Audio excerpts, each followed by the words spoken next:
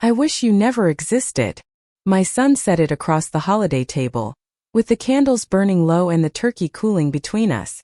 Not during an argument. Not with his voice raised. He said it calmly, almost thoughtfully, as if he had finally found the right moment.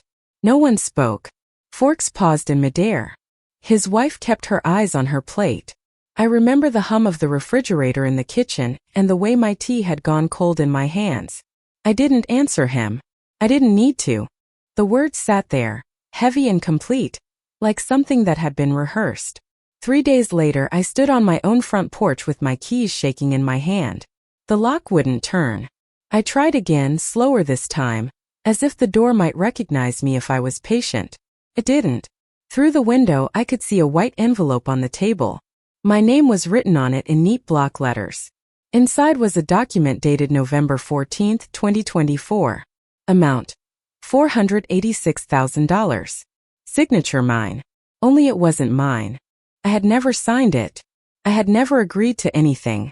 I stood there with the winter air biting at my ankles, staring through the glass at a house I had paid for, lived in and earned, thinking only one thing.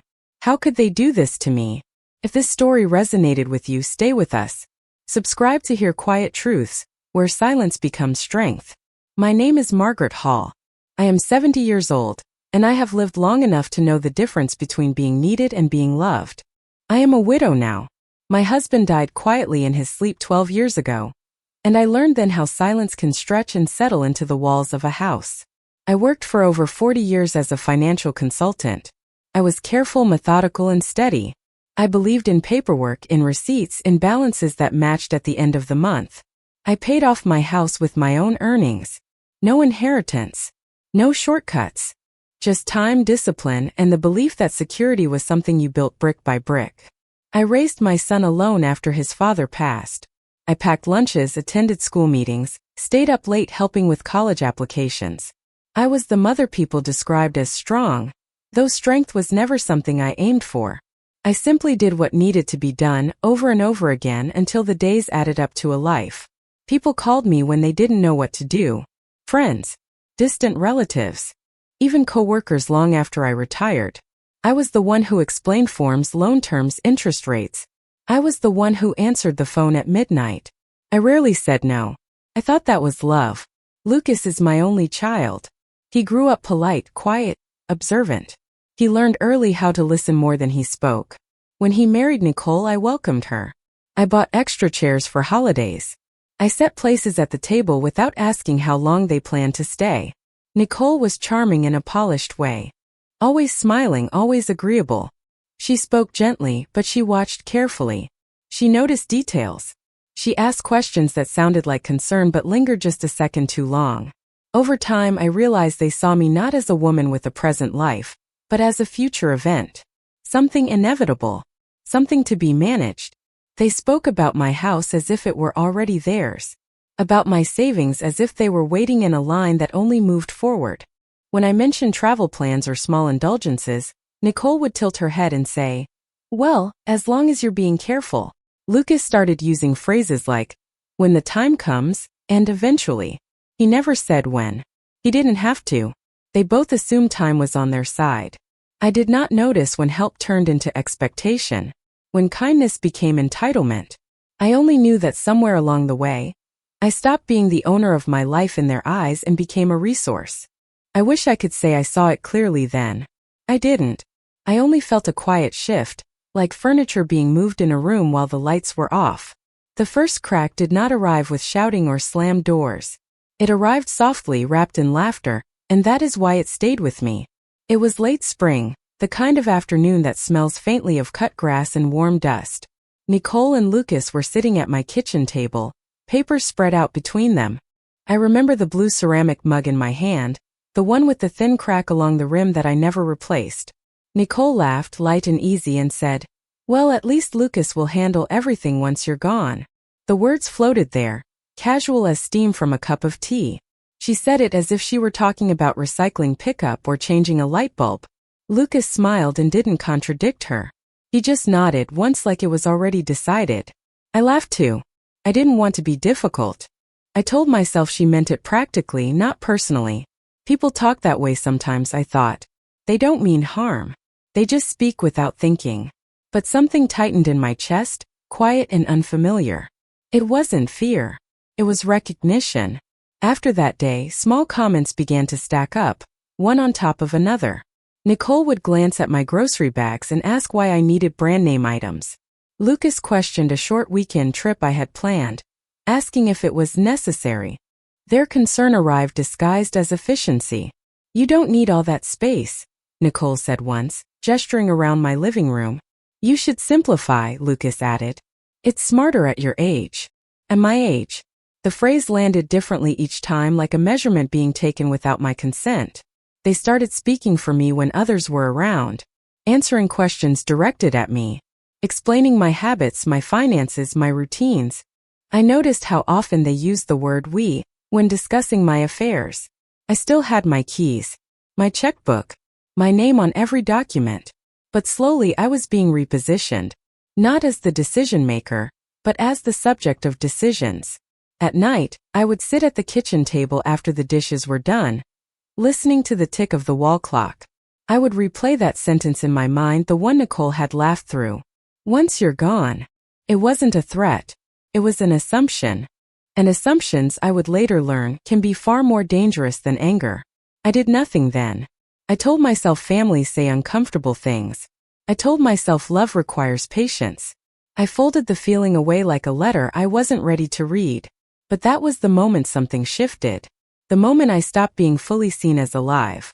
The crack was small, almost invisible, but it was there. After that spring, the air between us changed. Nothing dramatic happened at first. No confrontations. No raised voices. Just a steady rearranging of who mattered and who waited. They began dropping by without calling.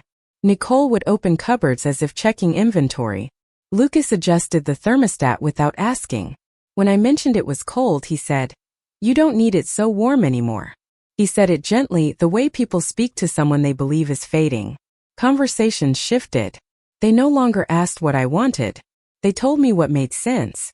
What was practical? What was efficient? Those words appeared often, lined up neatly like numbers on a spreadsheet. "You spend too much," Nicole said one afternoon, glancing at a receipt on the counter. "You don't need that anymore," Lucas added, pointing to a stack of travel brochures. "Stay out of our business," Nicole said later, when I asked about a decision they had already made using my name. Each sentence landed softly, but together they pressed me backward, inch by inch. I noticed they stopped inviting me into discussions that involved money, even when the accounts were mine. They used lowered voices in the next room. When I entered, they smiled and changed the subject. I was included just enough to remain useful, excluded enough to remain uninformed. At family gatherings, I became background. Plates were passed around me. Stories were told about me instead of to me. Nicole corrected me when I spoke, small clarifications that felt unnecessary but public. "That's not exactly how it was," she would say, smiling. Lucas never contradicted her. I began writing things down. Not because I suspected wrongdoing, but because something inside me wanted proof of myself. Dates.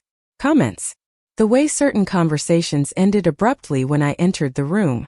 The way decisions were announced instead of discussed. One evening, Lucas said, "You don't need to worry about that anymore. We've got it covered." I remember looking at him, searching for the boy I raised. The one who asked questions. The one who waited for answers. I didn't see him then. I saw someone who had already stepped into my place. I wasn't pushed out. I was edged out. Gradually. Quietly. With smiles and concern and language that framed control as care. I still had my routines. Morning coffee by the window. Evening walks past the same houses.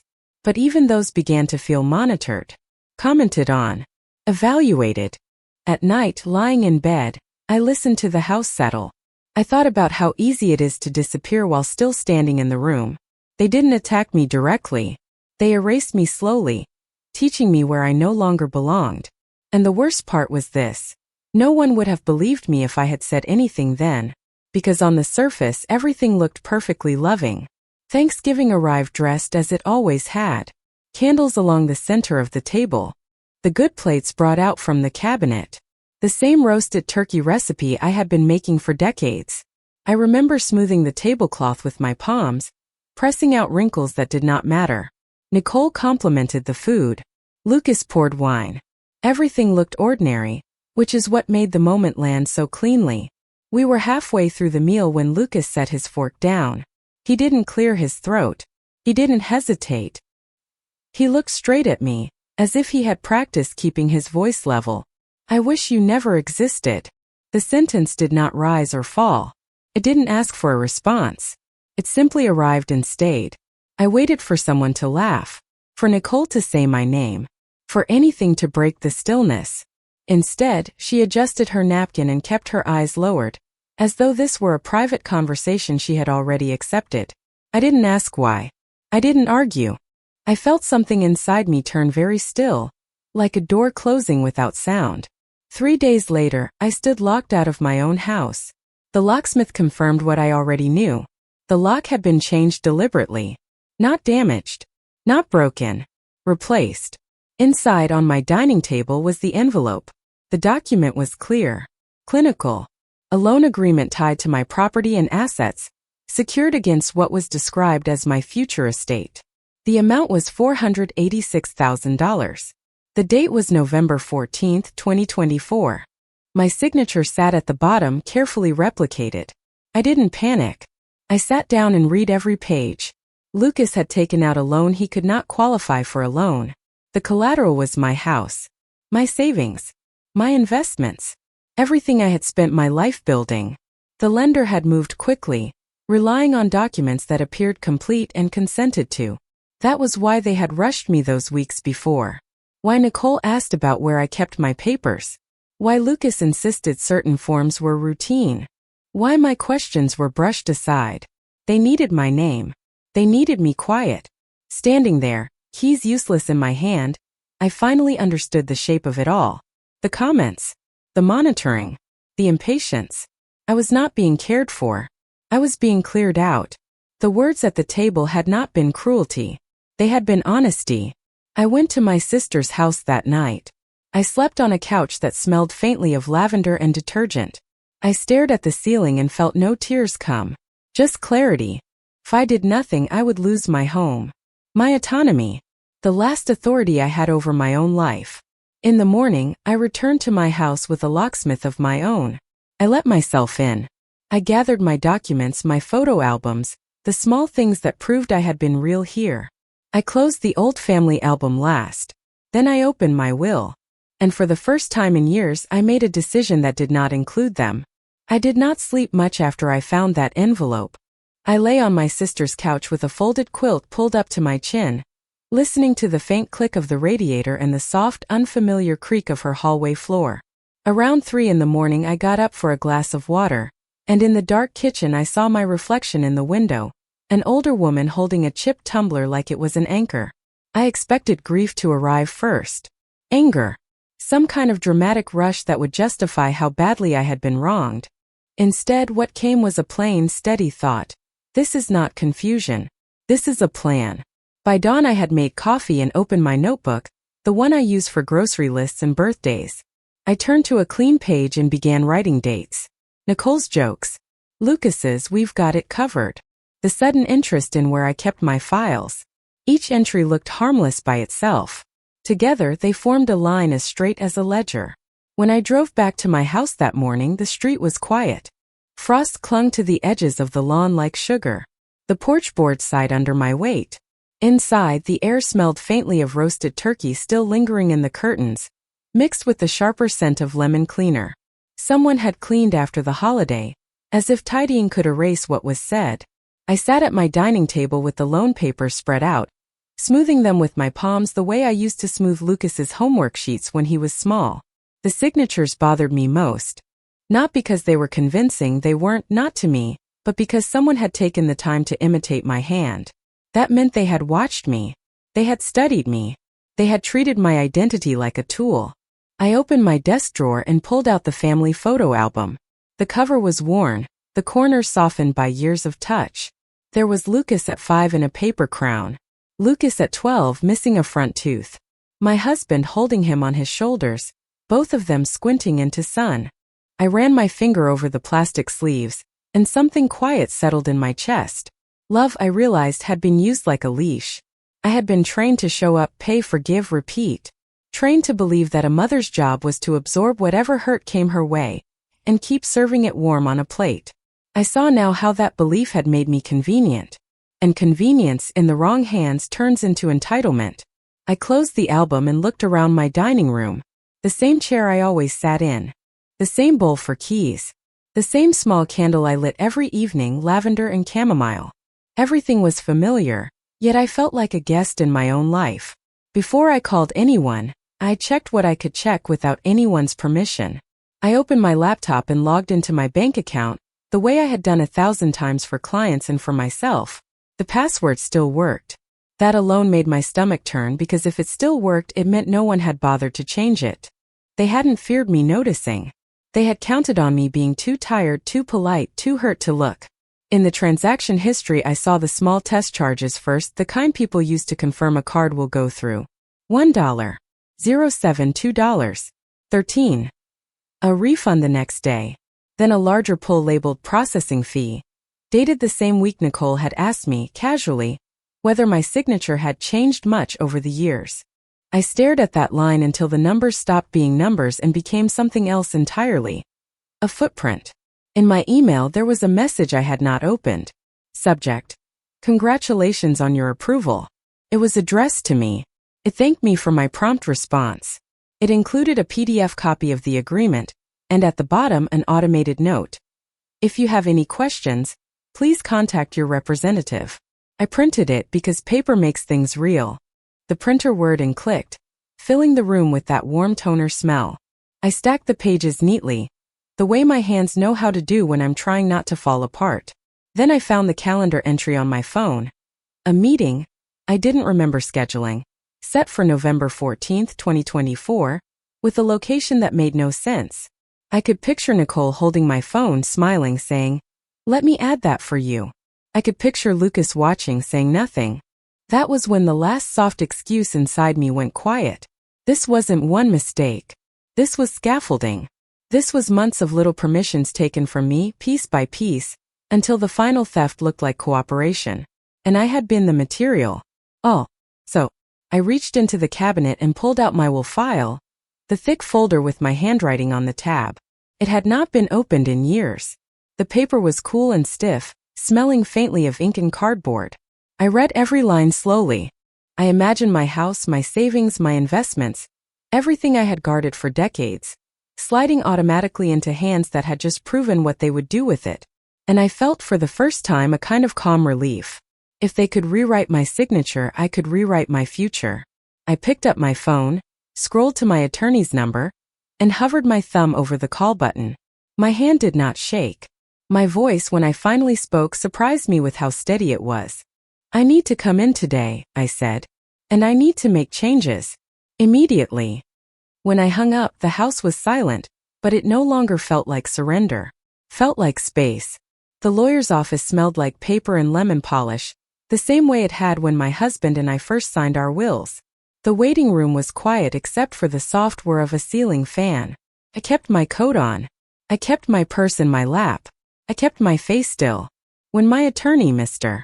Klein, stepped into the lobby and said my name, he looked at me the way professionals do when they sense a situation is heavier than it appears. He didn't ask for small talk. He simply opened his door and let me walk into the calm, orderly room where problems are turned into documents.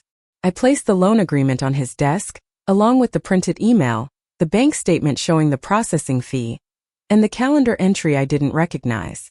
The pages made a soft slap as they landed. Evidence has weight even when it is only paper. He read without interrupting. His pen moved in small, precise notes. When he reached the signature, he paused and slid the page back toward me. "Did you sign this?" he asked. "No," I said. "And I need to make sure no one can do anything like this again." He leaned back, exhaled once, and nodded. "All right. We'll start with immediate protections." He had me call my bank from his office. On speaker, I asked to freeze any new borrowing activity and to add verbal passphrase to my accounts. I requested alerts on every transaction, no matter how small. The representative's voice was cheerful, unaware of the personal wreckage behind my requests, and I found that strangely comforting. Procedures exist for moments like this. I followed them. Next, Mr. Klein contacted the lender listed on the agreement and issued a formal notice disputing the document and the signature. He spoke in clean, unemotional language. I listened and watched my own hands resting on the arm of the chair, steady. Then we opened my will file. I had always imagined rewriting a will would feel dramatic, like a final judgment. It didn't. It felt like cleaning out a drawer.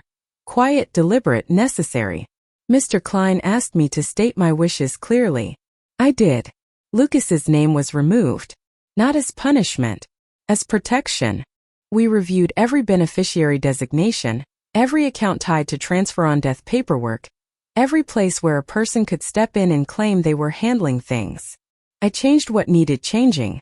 I signed new documents slowly with my full attention, and Mr. Klein watched the pen like it mattered, which in that moment it did. When we reached the question of where my home and savings would go, I told him about a foundation I had once donated to. A small organization that helped older women who had been financially abused or controlled by family. I remembered their newsletter folded in my kitchen drawer. The stories written in careful language, the courage between the lines. I want it to go there, I said.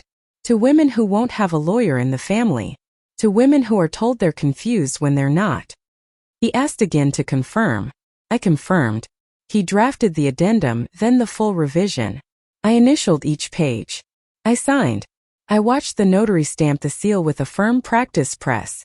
The sound of it thunk clean and final. Felt like a door locking the right way. Before I left, Mr. Klein printed copies for my safe deposit box and advised me to change my locks, my passwords, and any access granted to Lucas or Nicole. He said it kindly without shame, as if this were simply a storm that required boarding up windows.